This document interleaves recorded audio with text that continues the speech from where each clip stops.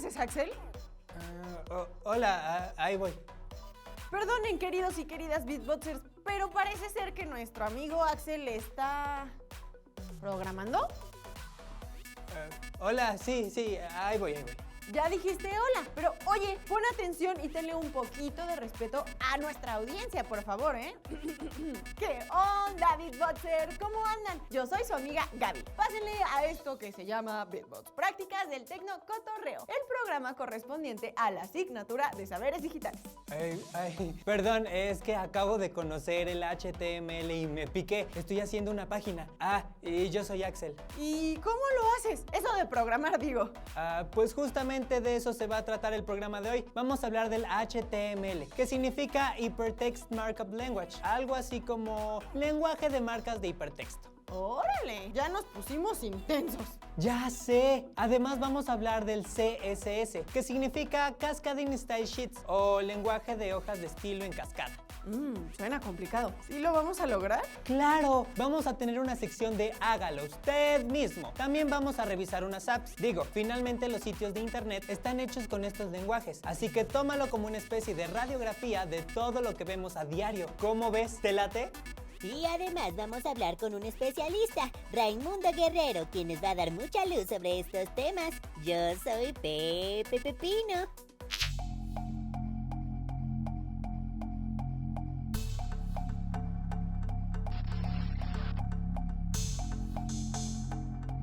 Axel, vamos por partes. ¿Qué son HTML y CSS? Fíjate que el HTML inició en la década de los 80, pero no se concretó hasta inicios de los años 90. Un físico, Tim Berners-Lee, se reunió con un ingeniero de sistemas, Robert Cailliau, para participar en una convocatoria para crear un hipertexto para internet. Desarrollaron la famosa World Wide Web, WWW. Oye, pero bájale un par de rayitas a tu velocímetro. Primero explícame, ¿qué es un hipertexto? Pues es algo tan sencillo y complejo como un texto que enlaza a otros textos. La manera más fácil de entenderlos es el hipervínculo. Por ejemplo, cuando estás en una página web y miras a una palabra o una frase resaltada a la que puedes dar clic y que te manda a otra página o a otro espacio.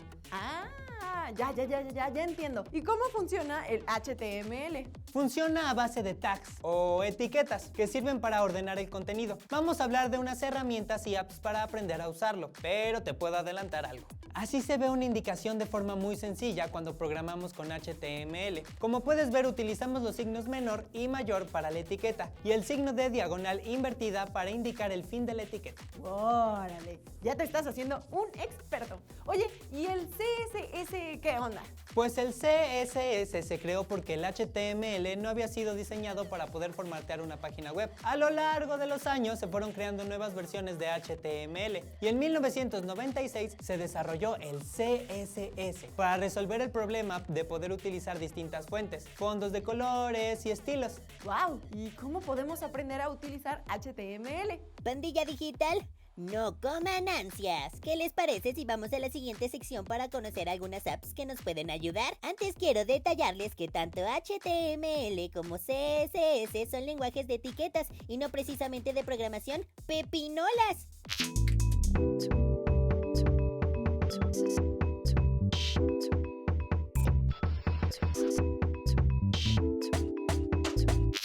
Pues manos a la obra con algunas apps que ayudan a aprender a usar HTML. ¿Sí? A ver, compártelas. Yo también tengo algunas propuestas. Mira, curiosillo, aquí está una que se llama justo Aprende HTML. Está buena porque vas tomando lecciones y es como en la escuela, que tienes que aprobar los módulos para poder avanzar. ¡Órale! ¡Está bueno eso! ¡Súper! El primer módulo es la introducción a HTML. El segundo es de estructura básica de un documento HTML. El tercero, para crear tu primera página, y el cuarto para crear un blog. ¡Está padre! Sí, ¿eh? Yo estoy viendo esta otra app, se llama Lightboot. Está padrísima porque es un juego que te enseña lo básico de la programación. Programas comandos y programándolos empiezas a aprender cómo funcionan. ¡Qué chido! Estoy viendo esta otra que se llama Mimo, con la que puedes aprender a programar no solo HTML, sino también JavaScript y Python. Oye, pues creo que con esto tenemos para empezar. Por 1000, vamos a tener mucho tiempo para bajar ese balón. Y hablando de tiempo, ya es hora, ¿no? ¡Es hora! Y este es un trabajo para Pepe Pepino. Continuamos con nuestra sección Hágalo usted mismo.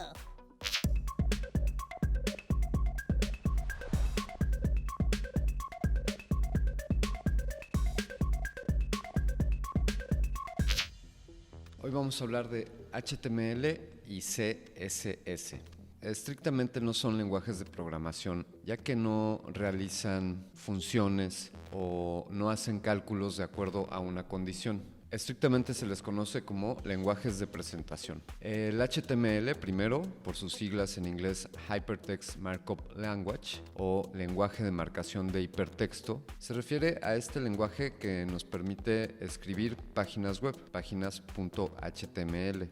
El hipertexto es este concepto en el cual hay una palabra que está subrayada y que tiene un hipervínculo, y esto pues tiene la ventaja de que te puede llevar a otro documento. Imagina que estuvieras leyendo un libro y cuando encuentras una palabra que no conoces, inmediatamente puedas ir al diccionario donde está la definición de esa palabra. A este concepto, de manera general, le podemos llamar hipertexto o hipermedia en el caso de imágenes o de videos. Entonces, el lenguaje HTML, digamos que nos permite acomodar textos, imágenes, nos permite poner listas ordenadas, viñetas, etc. Es un lenguaje de presentación y es un lenguaje para marcación de hipertexto. Sin embargo, el HTML está muy limitado en cuanto a que no tiene capacidades de vestir las páginas web que se programan con él. Y me refiero a vestir con ponerle estilos, con ponerle colores, ponerle diseño, y para ello se apoya en el lenguaje de Cascade Style Sheet, o en español, pues hojas de estilo en cascada. Las ventajas de trabajar con esto es que tú puedes tener varios archivos HTML. Pensemos en un pequeño sitio que tiene una página de inicio y una página donde están tus tareas. Entonces, estas dos páginas, inicio.html y tareas.html, tendrán cierta información, cierto texto, y si tú quieres poner algunos colores o algunos estilos en los textos que están en estas páginas, para ello te apoyas en el lenguaje CSS o en un archivo CSS, Cascade Style Sheet. De manera que los dos archivos HTML que hiciste inicialmente están vinculados a esa misma hoja de estilo, y esto permite que desde un solo lugar, desde la hoja de estilo, puedas modificar el estilo, los colores y el diseño de las páginas HTML que has hecho. De esta manera se concentra en un solo lugar todo el diseño, podemos llamar también el vestido, y en otro lugar está la información. Si tuviera que hacer la analogía, bueno, pues nosotros somos un HTML y podemos cambiar de vestido, pero seguimos siendo la misma persona. Entonces la información, el texto que está en la página HTML, pues sigue siendo la misma, pero el vestido, los colores, son lo que se puede cambiar, y esto se cambia en el archivo CSS. Entonces, pues este es un panorama general. Son dos lenguajes muy utilizados, quizá los más utilizados para hacer páginas web. Desde luego hay otro concepto de páginas que se programan, de páginas estáticas y dinámicas, y les quiero explicar un poco de esto. Piensa que una página estática es una página que cada vez que la abres contiene exactamente la misma información. En cambio, una página dinámica, cada vez que la abres puede contener distinta información. Por ejemplo, tu red social, pues es una página dinámica, porque cada vez que entras a tu red social, pues hay nuevas fotos, hay nuevos comentarios. Por ejemplo, la página de un periódico, pues es una página dinámica, porque cada vez que entras a la página del periódico hay nuevas noticias, nuevas fotografías. En cambio, una página estática podría ser, como poníamos en el ejemplo anterior, la página de inicio de una persona, de un estudiante, donde hay información sobre él y que no necesariamente esta información está cambiando de manera dinámica, sino que es información que está ahí fija o estática. Para programar páginas estáticas utilizamos los lenguajes HTML y CSS. Espero que esta información les sea de utilidad y que comprendan un poco esto para poder incursionar en el fantástico mundo de la programación web.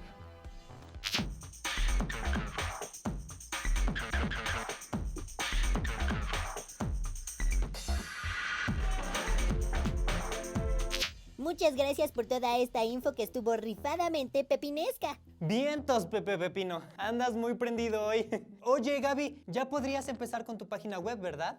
Como que sí me ando animando, ¿eh? Quiero crear una página para hacer conciencia sobre el calentamiento global. Sí, deberías. Y yo te ayudo. Conste. ¡Seguro! Te voy a contar sobre un tipo muy interesante. ¿Quién? Hola muchachos. Hola, tía Libertad. Qué gusto verla. ¿Cómo está, tía? Bien muchachos, gracias. Estaba escuchándolos y me di cuenta de que van a necesitar ayuda con cierto personaje. Entonces me dije, vamos a ayudarle a estos avispos y dejemos el sazón de la salsa para después. Ay, tía Liber, muchas gracias, pero no somos avispos. Caray, Gaby, con esa tía Liber ya nos quedamos como los avispos. Y bueno, ¿de quién hablará la querida tía? No sé, a ver, cuéntenos, ¿de quién se trata? Pues de Tim Berners-Lee. Ah, lo acabamos de mencionar al mentado Tim. Sí, pero hay que profundizar, muchachos.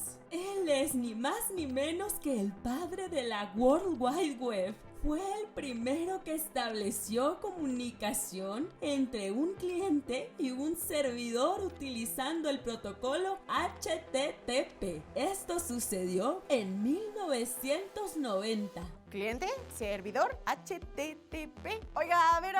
Vamos por partes, como dijo el carnicero. ¿Qué significan estos términos? ¿Cliente así como de mercado? De pásele, mi cliente. No, muchacho tan despistado. En este caso, cliente es aquello que se conecta a un servidor. Puede ser una aplicación o una computadora. Por ejemplo, tu celular o tu computadora cuando te conectas a internet.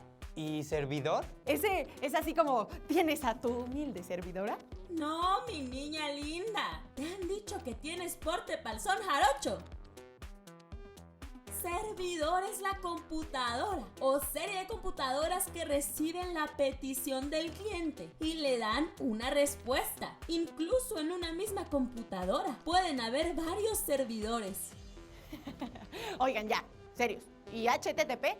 HTTP significa Hypertext Transfer Protocol o protocolo de transferencia de hipertexto. Ah, ya. ¿Ves, Axel? Hablando se entiende la gente. Pero cuéntanos más de Tim Berners-Lee. Y luego me dice lo del son jarocho, porque sí me interesa. Pues él nació en Londres, Inglaterra, en 1955. Sus padres eran matemáticos y especialistas en computación. O sea que ya lo traía en la sangre. En los años 70 estudió en el Queen's College de la Universidad de Oxford. En 1980 trabajó en la Organización Europea para la Investigación Nuclear. Lo dejó unos años y después volvió en 1984. Hacia 1989 desarrolló la primera propuesta de World Wide Web. El primer servidor que se generó estaba en la Organización Europea para la Investigación Nuclear, mismo que se puso en línea el 6 de agosto de 1991. Así fue más fácil explicar cómo podía utilizarse un navegador y un servidor web. Y él fundó el W3C, ¿no es cierto? O mejor conocido como el Consorcio World Wide Web. Así es. En el Instituto Tecnológico de Massachusetts se integró al Laboratorio de Ciencias de la Computación e inició este organismo internacional que junto con el European Research Consortium for Informatics and Mathematics, algo así como Consorcio de Investigación para la Informática y las Matemáticas, conocido por sus siglas como ERCIN de Francia y la investigación de Keio en Japón, deciden los estándares que se utilizarán en el mundo.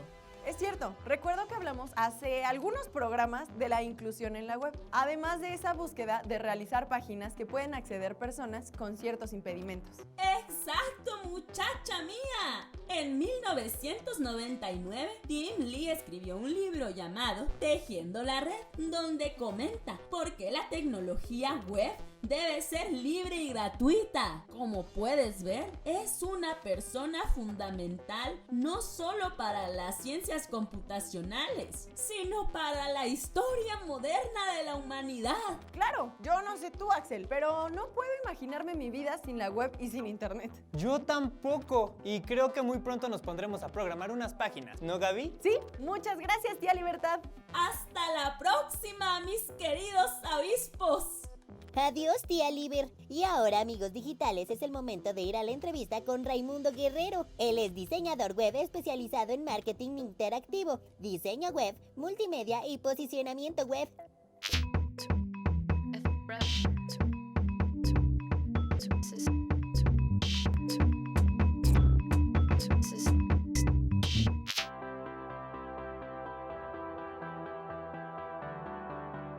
Hola Axel, hola Gaby, mi nombre es Raimundo Guerrero, soy diseñador gráfico con especialidad en diseño web, egresado de la UNAM, tengo más de 14 años en el ámbito de tecnología, he participado en proyectos tanto de gobierno como de iniciativa privada, también he participado en campañas políticas en diferentes niveles de gobierno, enfocado en la cuestión tecnológica. También he participado en proyectos de accesibilidad web para personas con discapacidad. Actualmente soy consultor commerce utilizando la plataforma Zaphive. Primero hay que saber lo que es el Link Data, ¿no? Y para qué nos puede funcionar. Tim Berners-Lee, que es el fundador, el creador de la WWW como nosotros actualmente lo conocemos, él sueña con una web semántica donde todos los usuarios lo que comparten no solamente sea para ellos. La web semántica maneja un formato estándar. Si todos tenemos acceso a esa información, no solamente sería para nosotros las personas, sino también incluye las máquinas. Esta nueva estructura de información permite que las máquinas sean capaces de leer y de entender y relacionar entre ellos los datos. ¿Cómo funciona el Link Data? Maneja tres elementos importantes. Uno, que es el URI, Uniform Resource Identifier, o identificador de recursos uniforme. Esto es el ID del elemento que nosotros necesitamos a buscar. Es una forma estandarizada de identificar los datos y de distinguirlo de otros diferentes. Después tenemos un segundo paso, que es utilizar el protocolo HTTP. Esto nos da el acceso a estos datos. Y el tercer paso o el tercer elemento, el formato estándar RDF, Resource Description Framework, o el marco de descripción de recursos. Este estándar RDF es la información que nosotros vamos a tomar, porque no es lo mismo que nosotros tomemos información de algún país como Croacia o como China a que lo tomemos de un país como de España por la cuestión del idioma. El estándar RDF ya maneja unos elementos que nos van a servir para identificar los datos. Actualmente hay muchos datos abiertos en la nube. Si logramos concentrarlos todos para consumo, creo que se podrían hacer cosas interesantes. Un ejemplo, un gobierno, ellos tienen registrados zonas de accidentes o zonas que son de conflicto para ciclistas. Si nosotros tomamos esos datos,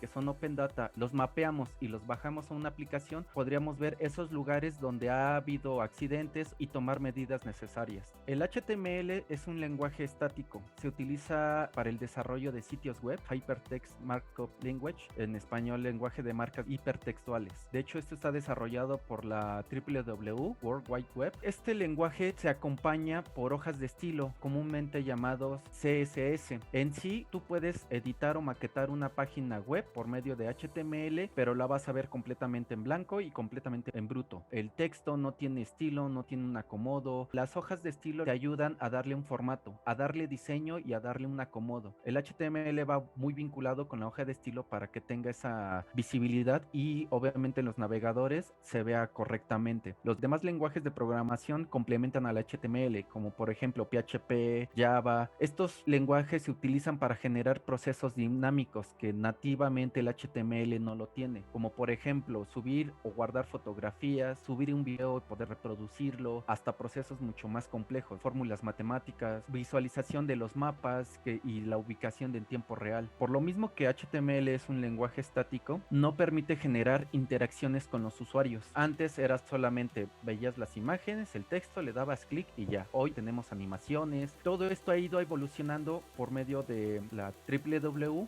que ha generado varios estándares de HTML. Actualmente el que se está utilizando es HTML5. Este estándar lo que hace es que todos los navegadores utilicen la misma estructura y todo lo que uno maqueta o programa para los sitios web se vea correctamente y sus funcionalidades. A lo que era antes, en los 90, en los 2000, si tú generabas una página web y lo veías en un navegador que en ese momento el que utilizaba todo mundo, que era Explorer, se veía bien, pero cuando empezaron a entrar otros navegadores como Mozilla, Firefox, en esa época se veía mal. Entonces cuando tú maquetabas tenías que hacer un diseño para Explorer, que era la mayoría de las personas lo que utilizaba, y un diseño para los demás navegadores. Este nuevo estándar que se maneja hace que lo que tú hagas se vea en todos los navegadores. Esto también nos va a ayudar para todas las funciones en nuestros aparatos equipos electrónicos, como por ejemplo computadoras, móviles u otros dispositivos con conectividad, que a esto se le llama lo que es el Internet de las cosas, ¿no? Refrigeradores que ya son sus funciones inteligentes, automóviles. Entonces, manejando este estándar se puede tener una mejor conectividad a nivel personal.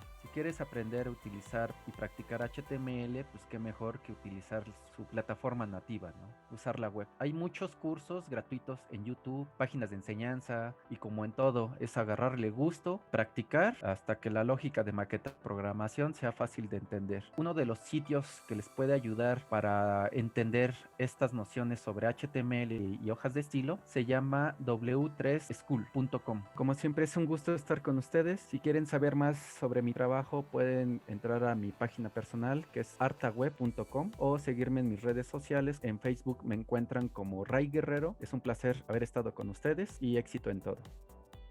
Muchas gracias, Raimundo. Y el tiempo avanza a un ritmo frenético y pepinesco. ¡Ah!